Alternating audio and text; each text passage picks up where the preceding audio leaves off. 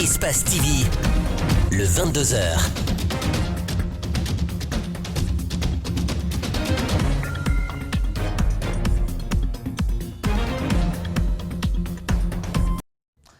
Mesdames et messieurs, bonsoir. Merci de nous préférer. Bienvenue dans cette édition d'information dont voici les principales articulations.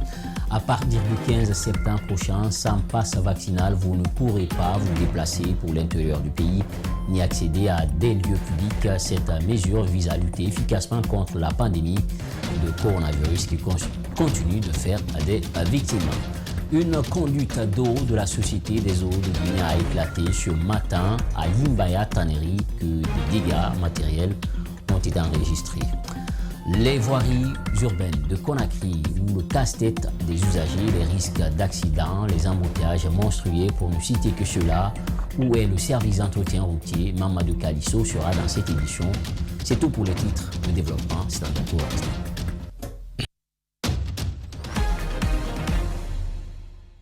Pour une fois encore, bonsoir. Merci de nous rejoindre dans cette édition d'information. Pensez à disposer de votre passe vaccinal car à partir du 15 septembre 2021, sans suffisant, l'accès à des lieux publics pourrait vous être refusé.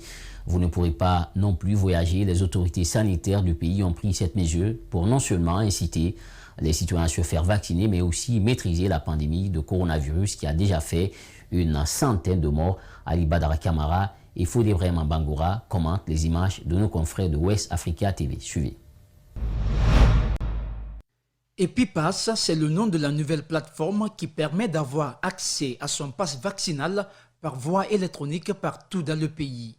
Une politique de l'Agence nationale de sécurité sanitaire qui vise à sécuriser les carnets verts en Guinée. Une personne qui n'a pas le passe vaccinal peut ne pas accéder à des lieux publics ou à des lieux de travail ou à des lieux, je ne sais pas quoi, mais il ne peut pas aussi sortir du pays, il ne peut pas voyager, il ne peut pas aussi aller à l'intérieur du pays. Parce que c'est le passe vaccinal qui certifie que vous avez été vacciné contre la Covid-19. Et dans les deux modules que nous avons proposés, il y a le premier module qui permet juste de rechercher une personne pour avoir son certificat en ligne. Et il y a le deuxième module qui permet de vérifier la véracité de votre certificat ou de votre passe électronique. Cet agent des données à l'Agence nationale de sécurité sanitaire revient sur des dispositifs de la nouvelle stratégie du passe vaccinal biométrique en Guinée. Pour avoir le passe vaccinal, vous devez tout d'abord bénéficier des 2 doses de vaccination, c'est-à-dire que votre statut vaccinal soit au complet et que le système vous prend en compte, vous êtes déjà enregistré dans le système national. Et après, il y a notre système passe vaccinal qui va vous envoyer un SMS en vous donnant 2 liens. Le premier lien va vous rediriger vers votre passe vaccinal électronique. Et le deuxième lien va vous rediriger vers votre certificat de vaccination. Sur les sites identifiés pour la prise du vaccin contre la Covid-19, certains candidats à la vaccination sont intéressés par le pass que le vaccin. C'est le cas de ce citoyen qui vient se faire vacciner, mais peu confiant. Pas du tout, pas du tout. Je n'ai aucune information sur ce vaccin. D'ailleurs, je ne fais pas confiance. Mais c'est devenu une obligation. Parce que pour avoir des documents nécessaires aujourd'hui en Guinée, il faut avoir un pass sanitaire. Comme moi, par exemple, je voulais partir hier. Je suis parti hier, dimanche, à la sécurité pour aller chercher des informations là-bas. Je n'ai pas eu l'accès parce que je n'avais pas de pass sanitaire. Donc c'est devenu une obligation pour moi aujourd'hui. Sinon, je ne fais pas confiance à ces vaccins. Je ne vais même pas me vacciner. Sur les 6 millions de Guinéens concernés par ces opérations de vaccination, seulement 345 767 ont reçu leur dose complète.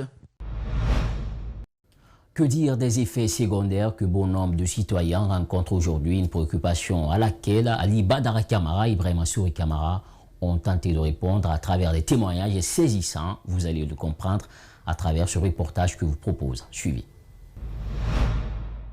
Les femmes enceintes, les nourrices et des personnes malades sont entre autres catégories de personnes inéligibles à la vaccination contre la Covid-19 en Guinée. Sur les sites de vaccination, l'affluence est perceptible, mais beaucoup viennent se faire vacciner avec méfiance. Les premières prises de doses ont provoqué chez certains des problèmes de santé. Ce jour-là, quand j'ai pris la première dose, c'était le matin à 10 h. Quand je suis arrivé à la maison, je me suis senti fatigué. Et j'étais, pas fini, je suis rentré me coucher tellement j'avais de fatigue. J'ai fait 2 heures de sommeil. Quand je me suis levé, j'avais tellement faim et je suis allé manger. Mais jusqu'à présent, quand il fait très froid là, mon corps commence à être chaud. Et pour cela, aujourd'hui, je suis venu pour dire à des gens si je peux prendre pour la deuxième dose aussi. Depuis le lancement des opérations de vaccination, l'équipe vaccinale du centre de traitement épidémiologique de Bessia a remonté une dizaine de personnes vaccinées ayant présenté des effets secondaires. Selon cet agent vaccinateur, un important dispositif est mis en place pour gérer les cas similaires. C'est des effets secondaires c'est des effets secondaires mineurs, au fait. C'est soit des céphalées, des vertiges ou une asthénie physique. Et quand ces personnes arrivent ici au centre, on les dirige vers la pharmacie. On a un pharmacien qui est compétent, donc en fonction des signes, des symptômes, on arrive à les satisfaire. Vu la forte mobilisation des candidats sur les différents sites de vaccination, cet observateur sollicite une vaste opération de sensibilisation des citoyens avant l'arrivée des 7 millions de doses de vaccins annoncées par l'Agence nationale de sécurité sanitaire. Si on ne fait pas attention, il y aura beaucoup plus de dégâts par l'effet de la vaccination que les bénéfices. Puisque actuellement, il y a une vague de la population qui se livre au vaccin, alors que ce n'est pas toutes les personnes qui devaient bénéficier. Donc, il faudrait une vaste sensibilisation aux côtés de l'ANSS pour pouvoir dire à la population et énumérer certaines maladies bien déterminées qui sont incompatibles au vaccin pour leur dire que quelle que soit la motivation de la population, cette catégorie ne doit pas participer à la vaccination. À date, le pays dénombre 302 cas de décès hospitaliers avec 120 nouveaux cas de contamination sur 1112 personnes testées ce mardi et 245 ont été déclarées guéries de Covid-19. Avec la récente découverte à Guékédou de la fièvre Marbourg et bien avant du virus Ebola, la Guinée forestière semble être l'épicentre d'épidémie. C'est le constat malheureux dressé par des observateurs. Pour certains d'entre eux, la consommation de la viande de brousse est plus fréquente dans cette partie de la Guinée pourrait être une des raisons. Aux autorités du pays, ils proposent une vaste campagne de sensibilisation pour comprendre et mettre fin au phénomène. Le reportage d'André Moussimilimono et Yacouba Traoré. Après le virus Ebola, celui de la fièvre de Lassa, c'est au tour du virus de Marbourg d'être découverte en Guinée forestière. Est-ce l'épicentre des épidémies en Guinée? Ce ressortissant de la région forestière tente d'expliquer cet état de fait. Dire aujourd'hui que la forêt est devenue l'épicentre, l'épicentre de toutes ces maladies, c'est trop dit. Mais nous savons aujourd'hui que toute espèce d'animaux vivent en Guinée forestière. Nous sommes la zone forestière par excellence et qui vivent avec des animaux peuvent s'attendre à toutes sortes de maladies, puisque en majeure partie, ces maladies proviennent de ces animaux. Amadou Kourouma estime que cela n'a rien de politique. Il considère comme non-événement toute récupération politique. Aucun président de la République n'a intérêt à ce que sa population soit ravagée par une maladie. Mais quand ta population est ravagée par la maladie, tu vas gérer quoi? Les maisons ou des forêts? Quand même. Quel business? On gagne quoi? On y gagne quoi? Pour circonscrire la progression de ces virus en région forestière, notre interlocuteur mise sur la sensibilisation des ressortissants, les invitant de passage à se faire vacciner massivement pour se mettre à l'abri de tout risque. Si on pouvait se permettre hier de manger un bon plat de commando ou un bon plat d'agouti, aujourd'hui on ne peut plus se le permettre. Parce qu'on est menacé, c'est notre quotidien même qui est menacé, c'est notre vivre ensemble qui est menacé et il faut vraiment continuer à sensibiliser pour arrêter. Découvert il y a quelques jours à Témessadou, dans la préfecture de Guékédou, la maladie à virus Marbourg, comme Ebola, se transmet à l'homme par la chauve-souris et d'autres rongeurs. Pour l'heure, aucun traitement curatif n'est disponible. On parle toujours de santé dans cette édition d'information. Les acteurs préfectoraux impliqués dans la lutte contre la Covid-19 ont tenu ce mercredi une rencontre de concertation. Cette réunion vise à étaler la situation épidémiologique dans la préfecture de Boké. Reportage à Foudomar Kamara, Essatou Kesoyalo, Salifou Lifoussissi. Cette rencontre vise à mettre en application la décision gouvernementale dans cette zone minière. Désormais, le couvre-feu est instauré de 22h à 4h du matin, mais aussi l'interdiction des soirées dansantes dans toute la préfecture. Le couvre-feu sera respecté à Boké. C'est une zone minière. Nous avons décidé ensemble ici qu'à partir de 22h, il y a le couvre-feu, d'une part. D'autre part, nous avons cherché maintenant tous les lieux de loisirs doivent être fermés jusqu'à nouvel ordre. On ne revient pas dessus. Nous sommes catégoriques. Au cours de cette réunion de concertation sur la Covid-19, la directrice préfectorale de la santé a fait un bref exposé sur la situation en Guinée et celle de la préfecture. Pour elle, cette rencontre est une occasion de renforcer la DPS dans son combat contre la Covid-19. Si nous voyons que les autorités sont autour de nous avec un point ferme, ça nous donne le courage d'aller sur le terrain. La réunion d'aujourd'hui nous renforce et vous allez voir avec votre appui, bien sûr, vous les médias, dans une semaine au plus, les dispositions que nous allons prendre pour que les cas qui sont en recrudescence là diminuent, parce que c'est possible que ça diminue. La lutte contre la Covid-19 concerne aussi les religieux pour sensibiliser la population pour le respect des gestes barrières. Le représentant local des affaires religieuses de Boké promet d'élargir la sensibilisation à l'endroit des imams des différentes mosquées et églises de la préfecture. Nous allons mobiliser tous les religieux, que ce soit musulmans, chrétiens, tous qui sont concernés quand même. On va les informer ce qui a été dit à la préfecture là-bas, ce qu'on a entendu.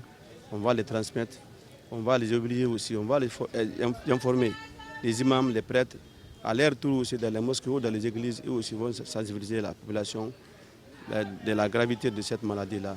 Selon la DPS, 54 cas confirmés sont hospitalisés au CTP de Boké, dont 31 dans la commune urbaine, 17 de Kamsar et 6 cas sont hospitalisés à Conakry. Retour à Conakry pour évoquer la moralisation des acteurs de la santé. Tenez-vous bien, c'est une situation qui inquiète plus d'un professionnel de la santé. C'est pourquoi une formation de renforcement de capacité a été initiée par la CONAPROS en vue d'assainir le milieu. Antoinette Dédé, Onivogui, Lamine Silla était de la partie. Suivez. C'est après un constat très alarmant, surtout en cette période où la pandémie du coronavirus tape de plein fouet les populations guinéennes, que la Coalition nationale des professionnels de la santé a initié une journée de formation d'orientation en faveur des responsables de plusieurs structures sanitaires de la place sur l'éthique et la déontologie médicale. L'objectif visé, c'était de former des professionnels de santé qui allaient démultiplier ces formations dans les structures de soins. Vous savez, aujourd'hui, notre pays est confronté à beaucoup de problèmes dans la gestion du personnel. Donc la gestion de la morale et de l'éthique est une priorité pour le président de la République. Et en fonction de cette priorité, nous avons cherché à organiser cette formation pour mettre à niveau les personnels soignants qui viennent dans les établissements et structures de soins. Selon le formateur, c'est le moment de prendre le taureau par les cornes pour éviter plus de dégâts. C'est un constat général, c'est que le niveau de la médecine guinéenne est tel que partout, les gens sont interpellés, et les dirigeants et les médecins, et quelquefois, ce sont les malades qui se plaignent de plus en plus. Donc il y a une prise de conscience générale qui fait que le constat est posé aujourd'hui, il faut se pencher sur la question, essayer de régler les problèmes qui se posent pour améliorer le niveau de la médecine guinéenne. Le secrétaire général des pharmaciens a pour sa part rappelé d'abord les situations précaires dans lesquelles vivent bon nombre de médecins avant de faire des recommandations. On fait en sorte à ce qu'ils soient pris en charge financièrement pour éviter des dérapages. Et la seule façon de gérer ça, ce serait de faire des choses contraires au serment qui est prêté. Voilà où je demande à ce qu'il y ait un assainissement du secteur, de tous les secteurs, le secteur pharmaceutique comme le secteur médical, et qu'on propose au chef de l'État, n'est-ce pas, qu'il y ait une reprise en charge du statut particulier des agents du secteur de la santé. Pour joindre l'acte à la parole, des activités de sensibilisation de terrain sont prévues par la CONAPROS. Je vous le disais dans les titres, une conduite d'eau de la Société des eaux de Guinée a éclaté ce jeudi à quelques mètres seulement du marché de la tannerie. Il n'y a pas eu de perte en vies humaines, mais des citoyens à proximité du dispositif ont enregistré des dégâts matériels. Aminata Massiri Bangora et Ibril Kabak Kamara étaient sur les lieux. Une conduite d'eau de la Société des eaux de Guinée, SEG, est percée non loin de la tannerie. La pression projette l'eau de plus de 10 mètres de hauteur. Cette puissance d'eau se déverse sur les toits des maisons et les dégâts sont immédiats. Surprise, cette dame est tout simplement dépassée. Elle frôle un danger, mais au-delà, le contenu de sa maison est endommagé, dit-elle. C'est une image spectaculaire. Selon des témoignages recueillis sur place, ce tuyau a été touché lors d'un assainissement par une société de ramassage d'ordures il y a quelques jours. Cette victime explique sa mésaventure. Nous, on était en train de préparer. Les enfants étaient aussi assis à l'intérieur de la maison. On avait pensé au début que c'est des cailloux, mais les voisins ont dit d'aller voir puisque l'eau commençait à déborder. Quand nous sommes sortis maintenant, c'est là que nous avons constaté que c'est le tuyau qui est percé. Yari Kamara, une des victimes, dépassée par les dégâts de cette conduite d'eau, n'a même plus le courage de rentrer dans sa propre maison.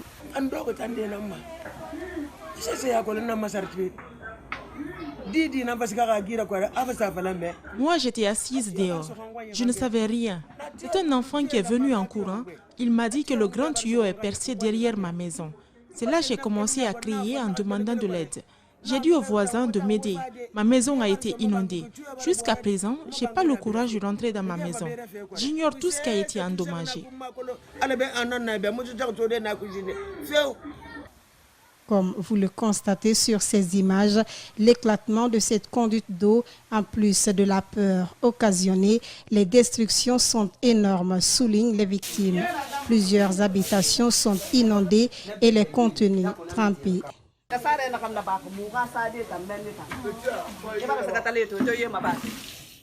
Les dégâts sont énormes. Même les lits ne sont pas épargnés. Vous voyez, les jeunes sont en train de nettoyer. Tous les déchets se sont retrouvés dans notre maison. Tout est maintenant dans notre cour. Aussitôt alertés, les responsables de la Société des eaux de Guinée ont pris des dispositions nécessaires. Une chose est certaine, nombreux sont les citoyens qui ont construit leur maison à côté ou parfois sur les conduites d'eau. Un véritable danger. Toujours à Conakry, les voiries de la ville entretenues il y a à peine un mois ont besoin d'être réparées. Elles sont toutes défoncées, inondées. Les citoyens ont lancé des cris d'alarme en vain et le ministère des Travaux publics se met dans un silence total. Mamadou Kalisso, Ibrahima Souri Kamara, explication. Fin de journée de travail pour ces minibus transportant de l'eau minérale. En tentant de feinter les trous béants, il a fini sa course dans ces cratères. Toutes les tentatives pour le sortir de là sont vouées à l'échec. Désormais, seule la grue ou un autre véhicule peut le tirer d'affaire. Bon, notre voiture, c'est le pinot qui s'est mis dans le trou là, le trou qui est là. Parce que c'est le goudron là qui s'est gâté quoi. Maintenant, notre voiture s'est coincée dedans. C'est notre voiture qui s'est coincée dedans quoi. Maintenant, on ne peut plus aller devant ni derrière. Vous voyez, donc c'est un peu difficile. Comme celui-ci, ils sont nombreux à laisser leur véhicule et perdre leur journée de travail sur ces routes défoncées et inondées. C'est déplorable, hein? C'est déplorable. On souffre. Moi, je quitte Kabelin. Je fais presque 2 heures de temps entre Kabelin et Symphonia. Symphonia garé ici, le goudron là, ils ont mis ça même pas un mois. Même pas un mois, tout est parti avec la pluie. Actuellement, ce sont ces voiries qui viennent d'être entretenues qui ont besoin d'être réparées. Ici, les nids de poules ont laissé place aux trous béants. Un vrai gâchis de l'amateurisme et l'irresponsabilité des entreprises contractantes et le ministère des Travaux publics. Nous avons interrogé un expert en travaux publics sur la durée de vie éphémère de ces routes. La mauvaise préparation de la surface avant d'appliquer le bitume, la mauvaise formulation de l'enrobé, le mauvais compactage sont les principales causes, explique-t-il. Il demande catégoriquement l'argument phare de nos dirigeants qui soutiennent qu'on ne peut pas faire le bitumage en saison de pluie. Une aberration. Ibrahima Diakité, il n'y a pas de route ici. Ça, c'est pas bon. On va dire ça au gouvernement, la route n'est pas bonne ici. Ça, ce n'est pas du goudron, ça. Vous voyez, le gouvernement est là et vous avez vu que la population souffre beaucoup. Sur l'autoroute Fidel Castro, le carrefour de Kisoso symbolise les routes dégradées de la capitale. Le département des travaux publics reste sourd-muet face aux plaintes et cris de cœur des usagers. Il est midi. Des longues files d'attente de part et d'autre. Ceux qui ne veulent pas ou ne peuvent pas attendre rebroussent chemin ou prennent le sens inverse. Si avant la photographie était un métier très prisé par les uns et les autres, aujourd'hui, grâce à l'abondance des téléphones sophistiqués, la prise de photos en studio devient de plus en plus rare. Cette prouesse technologique est perçue par les professionnels de la photographie comme une menace pour leur métier. Et là, Mamadou Saïdou Baldé et Yacouba Traoré ont été à leur rencontre. Suivez. Âgé d'une trentaine d'années, Justin Pépé Béavogui pratique le métier de photographe depuis 15 ans. Dès son jeune âge, il choisit de lier ses études à la photographie afin d'apporter un coup de main à ses parents.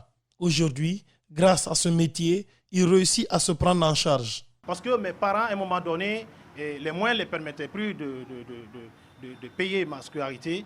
Il a fallu que j'apprenne quelque chose pour pouvoir joindre les bouts. Donc la photographie, je peux dire aujourd'hui, c'est grâce à la photographie que j'ai pu faire mes études. Et la photographie m'a permis aussi de me marier. Et jusqu'à nos jours, c'est la photographie qui me permet de nourrir ma famille.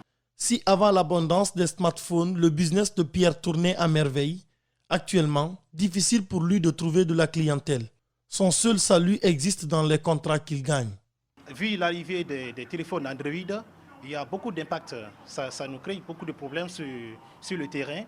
Et aujourd'hui, les photographes s'attendent seulement qu'à un contrat. Qu'à un contrat, si tu es déplacé par quelqu'un, peut-être que tu peux compter seulement sur l'argent, le prix que vous avez discuté. Dans le cas échéant, tu ne peux pas trouver d'autres clients à côté pour pouvoir joindre un peu le bout, pour augmenter le prix que tu as discuté avec ton client. Parce que la plupart sont là avec les téléphones. Aujourd'hui, les menaces proviennent de partout. Coronavirus, risque de disparition du métier. Déjà, certains collègues de travail ont choisi d'emprunter d'autres chemins pour gagner leur quotidien. De nos jours, le métier est complètement menacé. Et vu aussi l'arrivée de cette maladie que nous appelons la Covid-19, la photographie a complètement baissé parce que la plupart des photographes se sont retrouvés presque dans la conduite de moto-taxi parce que les gens ont vu que la photographie ne rapporte plus rien. En ce jour dédié à la photographie, il plaide pour une réelle organisation du secteur car pour lui, n'est pas photographe qui le veut, mais plutôt qui le peut. Tenu ce jeudi d'un atelier de formation et de renforcement des capacités des acteurs de la société civile sur le budget de l'État. C'est une initiative de la Coalition nationale des organisations de la société civile dans le cadre du projet suivi indépendant. Idrissa Bari, Ibrahima Souma pour le compte-rendu.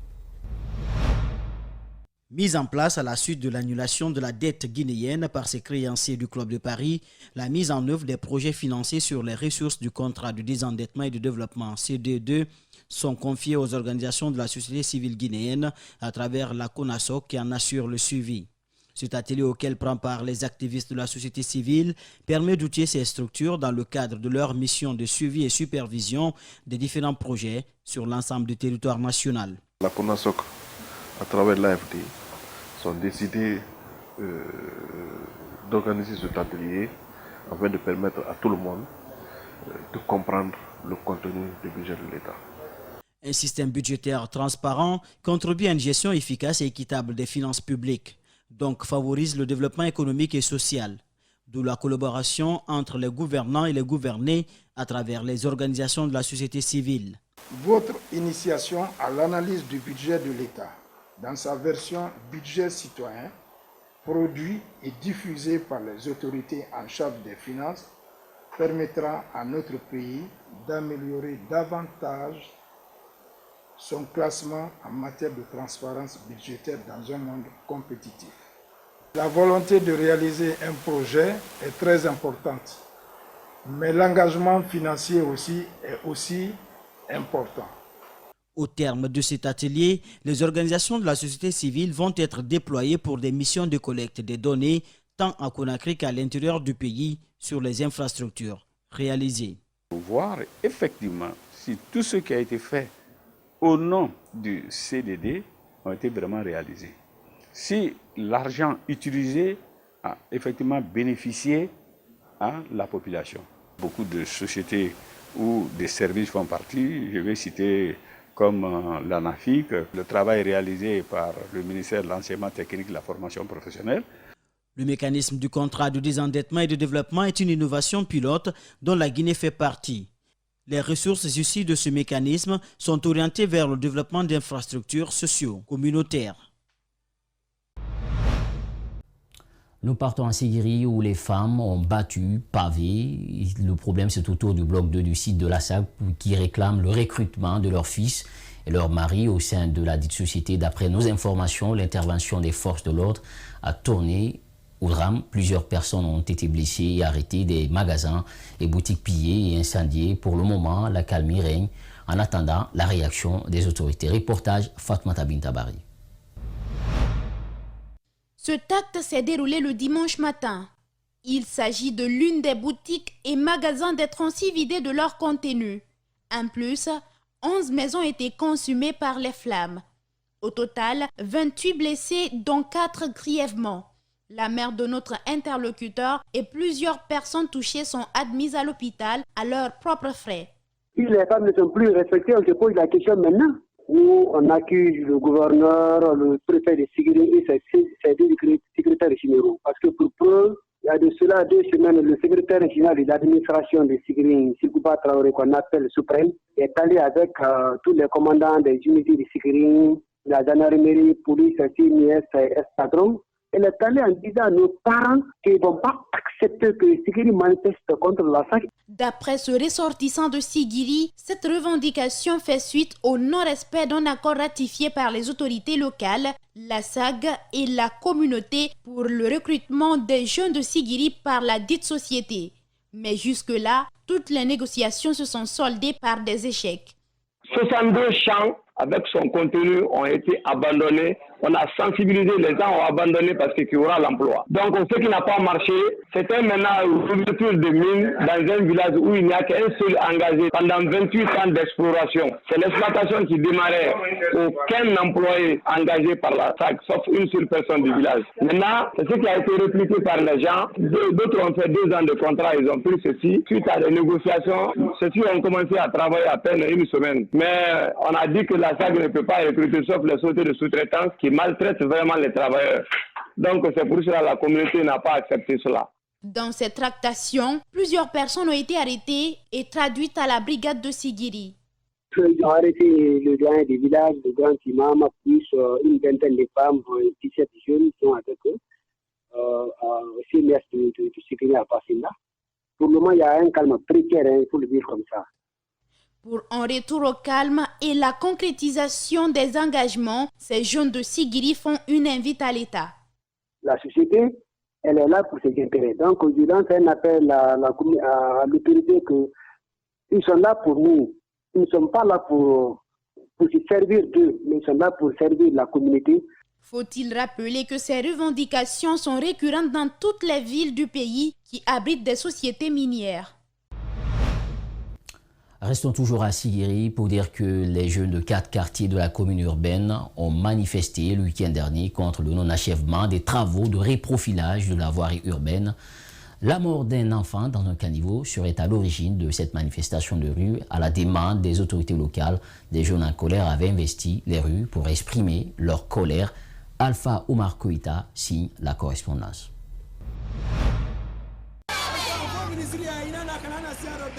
Les jeunes des quartiers Sigirinkura 1, Sokura, Kurukoro 2 et Énergie ont battu le pavé ce jeudi à travers la ville avant d'aller assiéger la mairie et le siège de l'administration préfectorale de Sigiri. Ces jeunes en colère n'avaient qu'une seule et unique réclamation, l'achèvement des travaux de reprofilage de la voirie urbaine démarrés il y a 5 ans. Nous souffrons depuis le démarrage de ces travaux. L'autre jour, un enfant est tombé dans le caniveau et est décédé. Il y a un militaire aussi qui est tombé dans le fossé ici. Son pied s'est cassé. Un autre jeune est tombé également dans le caniveau et a perdu ses 2 dents. C'est pourquoi on a manifesté. Nous demandons au président de nous aider pour sortir de cette souffrance.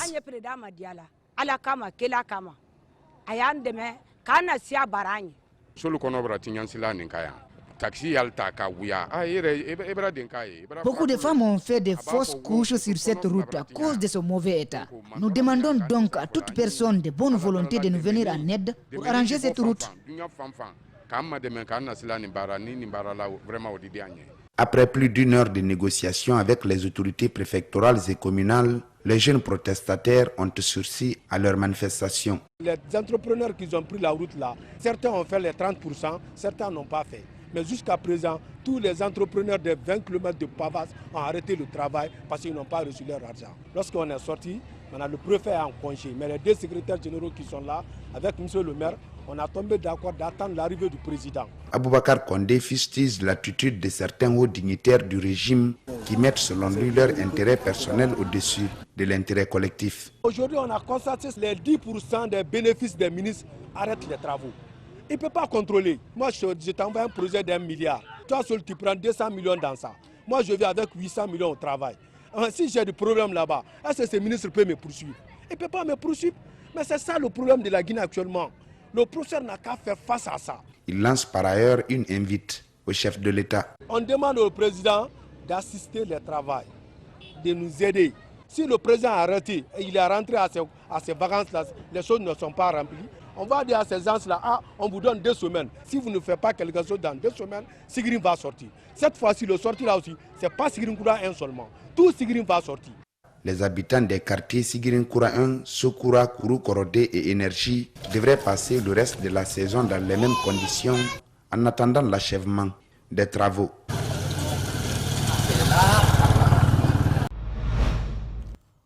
Pendant ce temps, à Nzérékoré, l'identification des passagers devient obligatoire, indique le syndicat des transporteurs routiers de la ville, une mesure acceptée par les passagers. Moïse Bitien Lama s'est intéressé au sujet. Explication. Nous nous sommes intéressés sur la question d'identification des passagers avant l'embarquement à la gare routière centrale de Nzérékoré. Nous croisons 2 jeunes prêts à s'offrir les tickets de voyage. Je suis venu payer mon ticket, on m'a dit que c'est 250 000 francs guinéens. Maintenant, on m'a dit de donner mon numéro avec mon nom, donc je le fais. Je suis arrivé, j'ai dit je vais ticket pour Conakry. On m'a demandé mon numéro, j'ai donné, ils ont enregistré, voilà je tiens mon ticket. Le secrétaire général de la ligne Nzérékoré-Conakry explique la nécessité pour les passagers de se faire enregistrer avant leur départ. On enregistre le nom des passagers pour les faire connaître par le syndicat. Connaître combien de passagers sont partis dans tel véhicule avec leur identification, qui est le numéro de téléphone. Les avantages liés à l'enregistrement des passagers avant leur départ sont multiples. Lassina Keïta revient et trouve la mesure salutaire d'ailleurs. Plus souvent, on vient, on nous dit, on voit des passagers devant nous, j'ai laissé mon bagage dans le véhicule, j'ai oublié mon bagage dans le véhicule, ou bien le véhicule arrivé à certaines destinations, là où tout le monde descend pour manger. Il y a d'autres aussi qui font la perte de leur véhicule. Ils ne connaissent pas dans quel véhicule ils se trouvent. Donc le chauffeur nous appelle tous les passagers sont rentrés dans mon véhicule, mais il y a tels qui ne sont pas là encore. Il faut voir. Après le contrôle des numéros de tickets dans le véhicule, on nous dit, bon, on n'a pas vu le numéro de tel numéro. On dit, bon d'accord, on regarde dans la liste. On va l'intéresser, on appelle son numéro de téléphone, on dit bon, il faut rejoindre le véhicule, les autres sont déjà là-dedans. À la gare routière centrale des Zérékouré, le syndicat enregistre chaque jour tous les passagers avant leur départ, à l'exception des mardis. Voilà, c'est la fin de cette édition d'information à la régie avec Cheikh Omar Kaba. On n'oublie pas également Boubacar Fauté qui nous accompagnait à la réalisation, Mohamed Valek Touré. Portez-vous bien où que vous soyez, surtout restez avec Espace TV car le meilleur reste à venir. Au revoir.